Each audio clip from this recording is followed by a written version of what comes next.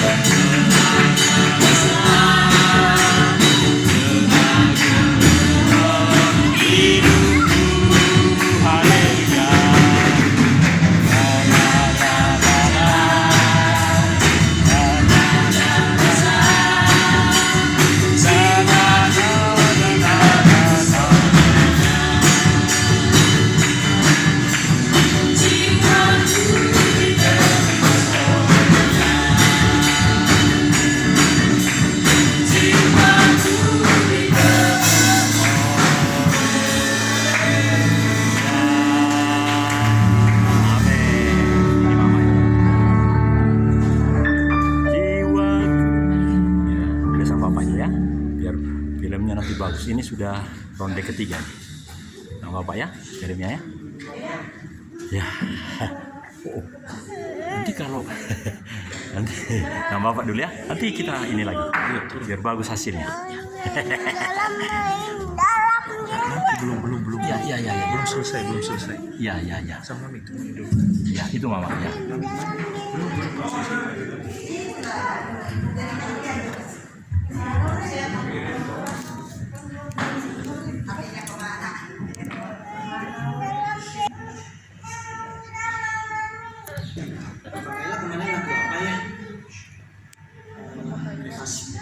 Yesus Kodamban. Yesus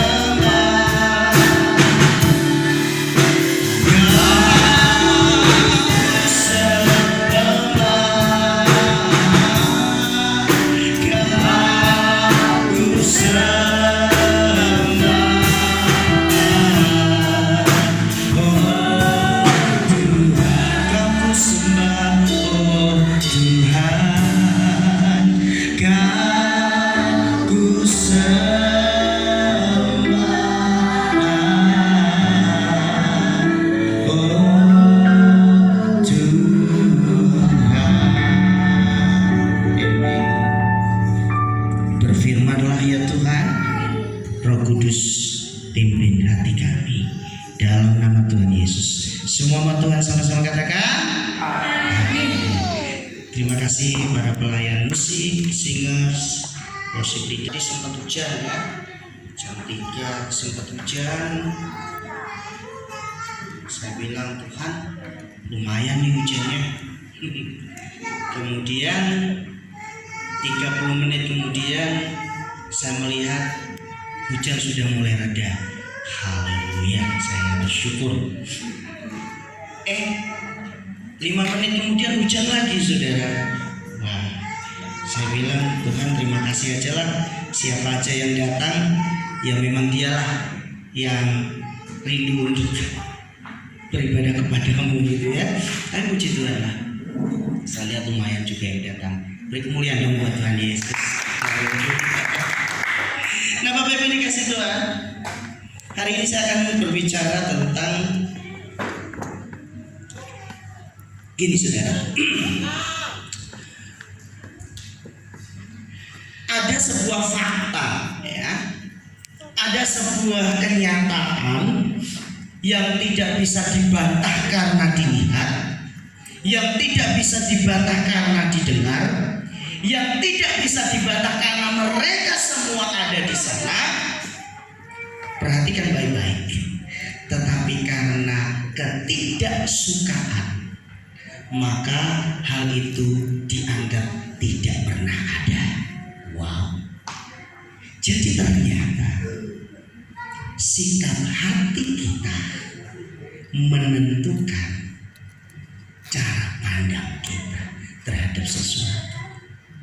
Itulah sebabnya kenapa firman Tuhan katakan, Tuhan jagailah batinku agar aku tidak berdosa di hadapanmu. Karena memang berbicara tentang batin, berbicara tentang isi hati, manusia itu pintar manipulasi, saudara. Manusia itu pintar sekali untuk bersandiwara. Tetapi tidak demikian dengan hati. Hati seseorang itu akan tercermin dengan apa yang kemudian dia lakukan. Nah, memang pembacaan kita pada malam hari ini cukup panjang. Tetapi karena saya melihat bahwa kisah ini sangat menarik, saya akan melihat apakah saya bisa menyelesaikan hari ini atau harus saya sambung pada waktu nanti perjamuan kudus bulan depan. Nanti kita lihat aja ya. Bisa kakak Joshua tampilkan Injil Yohanes pasalnya yang ke-9. Injil Yohanes pasal yang ke-9,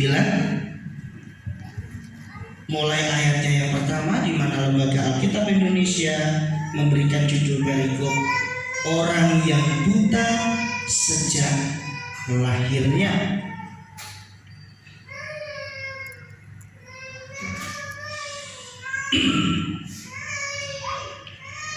Waktu Yesus sedang lewat, mari kita sejenak berimajinasi, kita menggambarkan peristiwanya kira-kira seperti apa.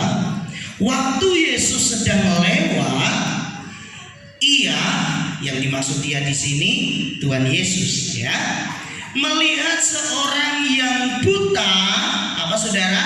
Buta Sejak lahirnya.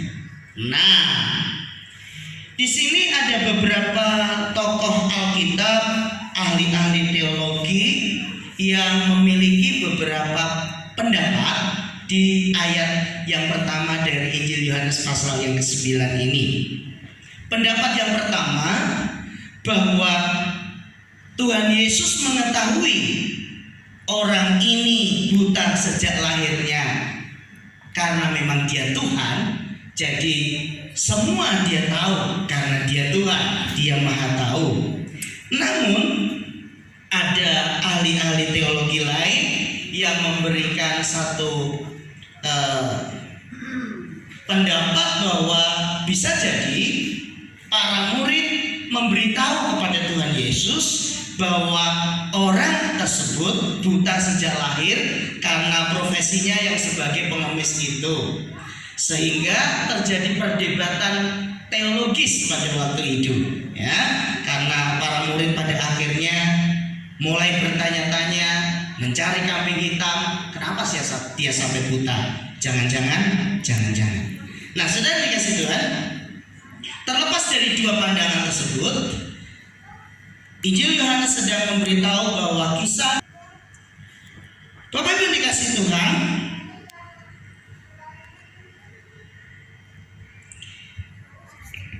kita ada di tengah masyarakat yang dipenuhi dengan apa yang disebut asumsi. Sama-sama katakan dengan saya, asumsi. 1, 2, 3. Asumsi. Asumsi itu adalah pikiran tentang sesuatu yang belum tentu kebenarannya. Ya, pikiran tentang sesuatu yang belum tentu kebenarannya.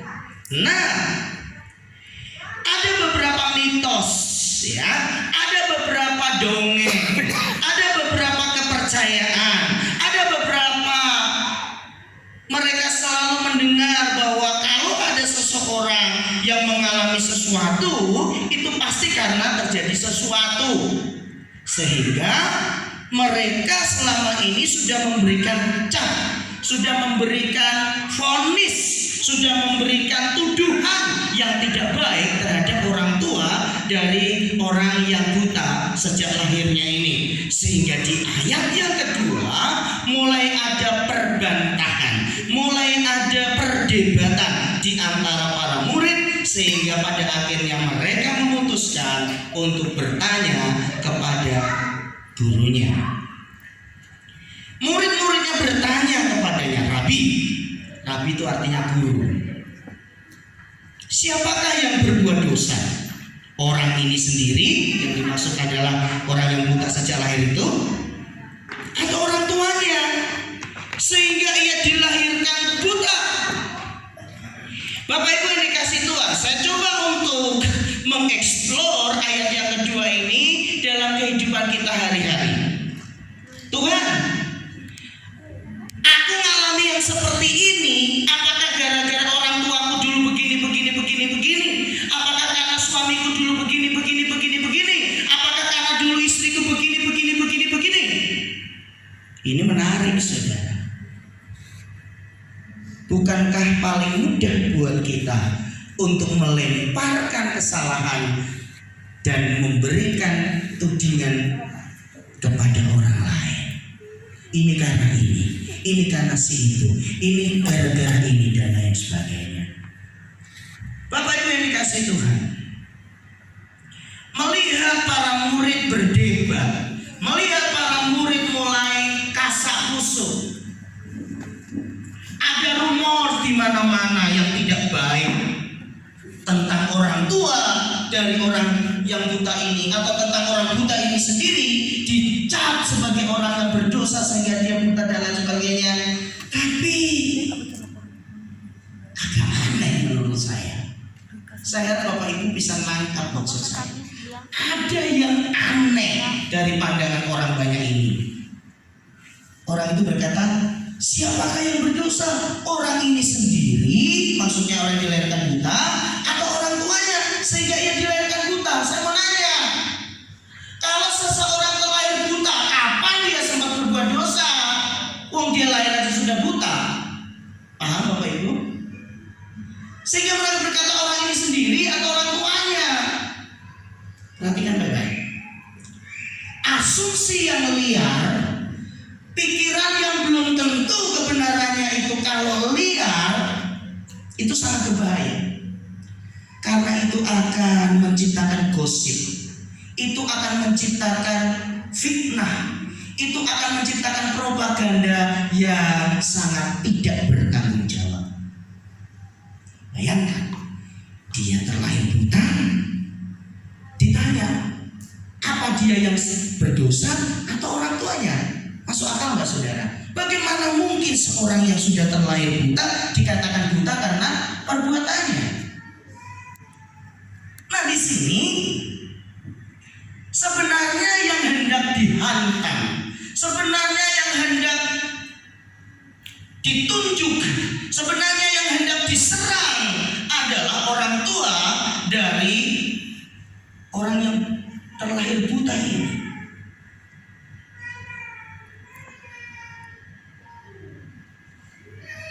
Saya bisa bayangkan bagaimana orang tua yang punya anak terlahir cacat, yaitu tunanetra, mendapatkan penghakiman yang luar biasa sejak anak ini terlahir sampai dia dewasa, sampai dia punya profesi sebagai seorang pengemis. Dia hidup dikelilingi dengan sebuah hujatan. Dia hidup dikelilingi dengan orang-orang yang selalu menyalahkan dia. Ada sebuah kebenaran yang mau diungkapkan di sini, Bapak Ibu. Berhentilah untuk berasumsi, apalagi terhadap orang lain. Katakan amin. Amin. Karena kita bukan hakim untuk orang lain.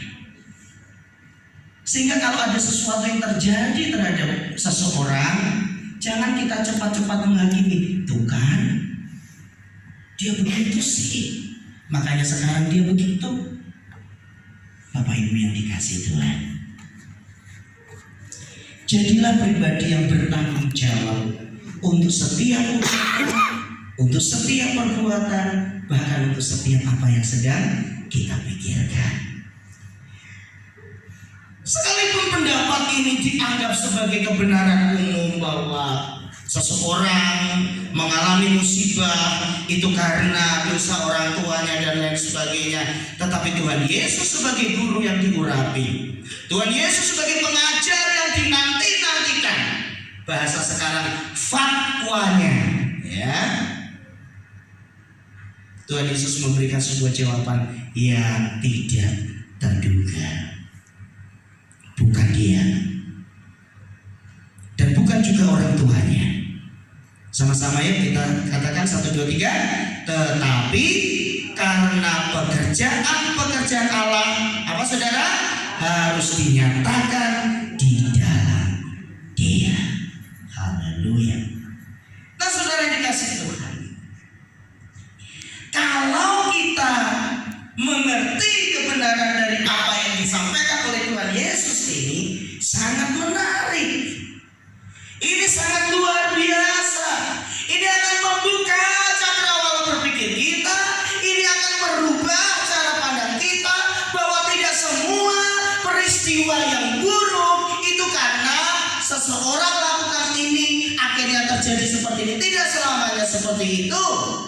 Tetapi kadang-kala Tuhan izinkan sesuatu terjadi, jawabannya adalah agar pekerjaan Allah dinyatakan dalam kehidupan kita. Saudara dikasih Tuhan, ketika ayat yang ketiga dari Injil Yohanes pasal yang ke-9 ini saya baca berulang kali, saya mendapatkan rema yang luar biasa. Bersyukur untuk situasi yang tidak menyenangkan karena Tuhan mau bekerja di dalamnya. Beri kemuliaan buat Tuhan Yesus.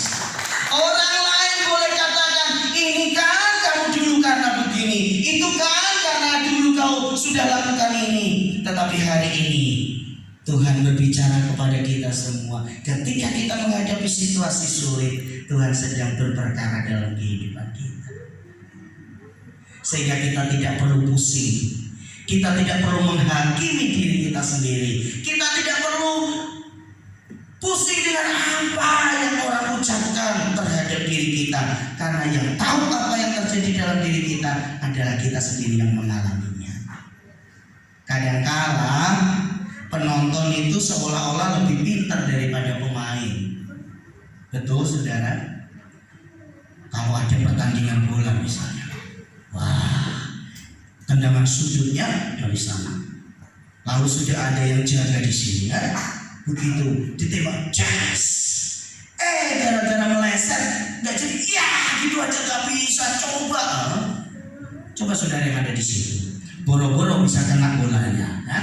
Yang ada juga bolanya ke sana, saudara ke sana, gitu kan saudara?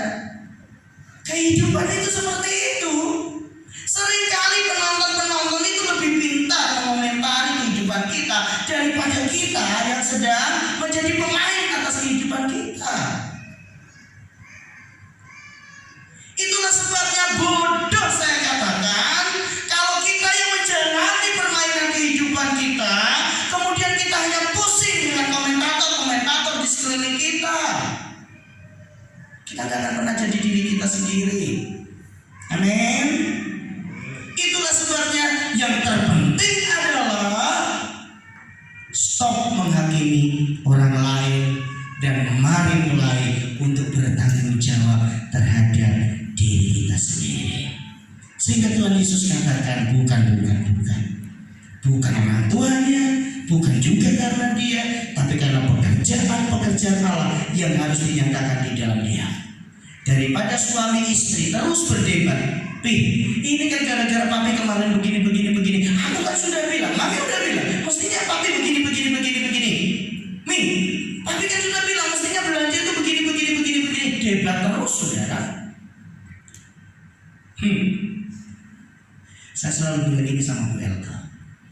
Debat dalam rumah tangga itu hanya menghambat berkat, tapi bersepakat suami istri dan anak-anak itu membuat berkat turun atas keluarga kita. Beri kemuliaan bagi Tuhan Yesus. Saudara yang dikasih Tuhan, tak perlu kita berdebat. Kalaupun memang pernah suami kita salah, kalaupun memang pernah istri kita teledor, namanya juga manusia. Nobody's perfect. Tidak seorang pun yang sempurna. Itulah sebabnya mari kita perbaiki cara pandang kita. Kalaupun kita sedang menghadapi situasi yang buruk, jangan kita menghukum diri kita sendiri dengan mengatakan, aduh ya benar ya, gara-gara ini. Dulu pernah orang kutuk saya begini. Kayaknya ini sudah mulai jadi kenyataan. Tidak ada itu. Amin. Kutuk jadi berkat. Amin. Kalau kita takut kepada Tuhan, siapapun yang mengutuk kita, kutukannya itu jadi berkat. Amen. Ingat peristiwa Bileam? Dia dibayar oleh sang raja untuk mengutuki bangsa Israel, tapi justru mulutnya dibengkokkan oleh Tuhan sehingga yang terucap adalah berkat untuk orang Israel. Nah, saudara dikasih oleh Tuhan Yesus Kristus. Dengan demikian kita mengerti bahwa ternyata akan menjadi seperti apa kita itu tergantung cara pandang kita terhadap peristiwa itu. Lalu Tuhan Yesus mulai selangkah berkata, kita harus mengerjakan pekerjaan Dia yang mengutus aku selama masih siang. Akan datang malam di mana tidak ada seorang pun yang dapat bekerja. Selama aku di dalam dunia, akulah terang dunia. Nah, saudara dikasih Tuhan, beberapa kali di mimbar ini saya mengajar kepada Bapak Ibu semua bahwa ketika kita membaca Alkitab, kadangkala ayat-ayat yang ada di Alkitab itu artinya hurufiah. Artinya yang ditulisnya itulah artinya, tetapi kadangkala bersifat simbolik sehingga kita harus menerjemahkannya, mengartikannya. Sehingga kalau dikatakan selama masih siang akan datang malam, itu adalah sebuah gambaran. Selama masih siang itu memiliki pengertian selama masih ada kesempatan. Yuk sama-sama katakan, masih ada kesempatan. Toel dong kiri kanan, masih ada kesempatan kok. Masih ada kesempatan. Bapak Ibu yang dikasih Tuhan Yesus, kadang-kala kita itu terkungkung oleh cara pikir kita sendiri yang pada akhirnya membuat kita menjadi impoten. Impoten itu artinya tidak bisa berfungsi.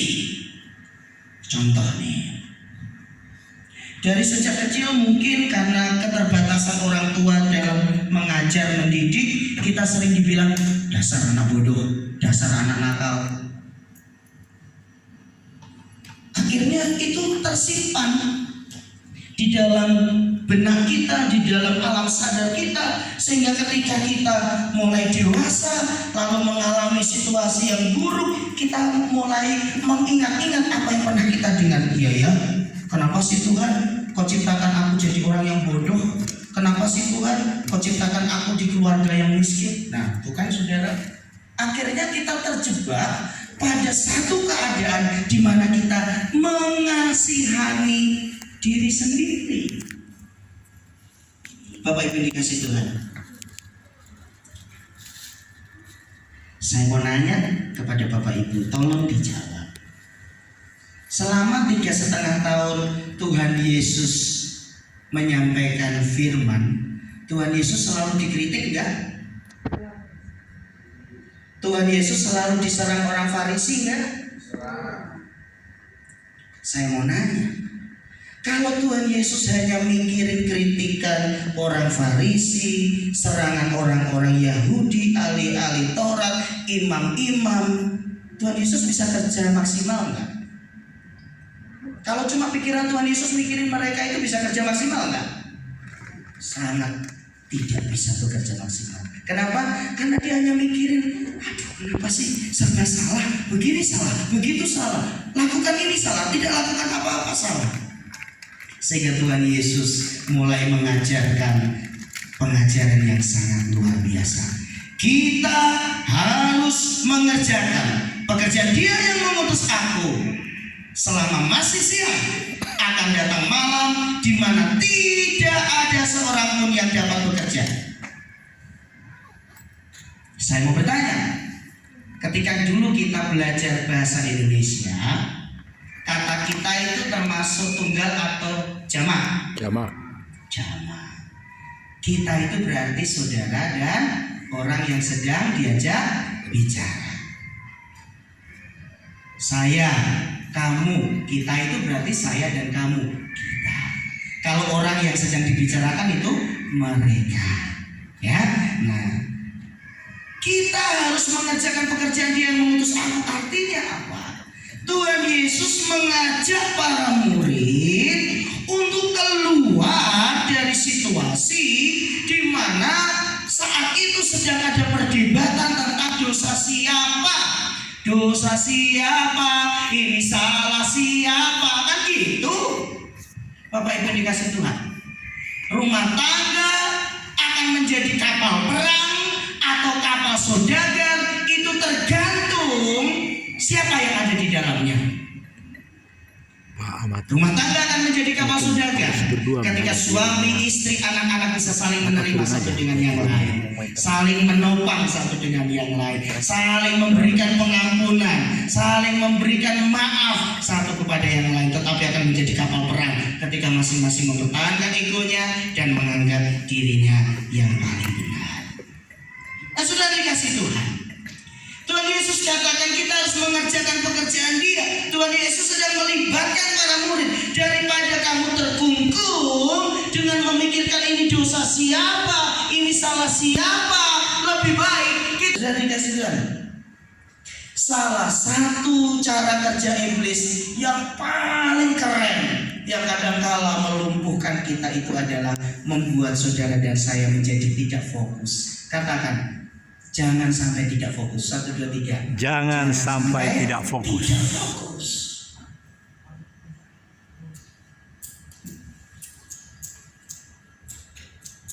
Saudara belum pernah ya berdiri di sini. Bagaimana di sini sudah ada begitu banyak hal yang harus disampaikan. Di sini juga ada begitu banyak yang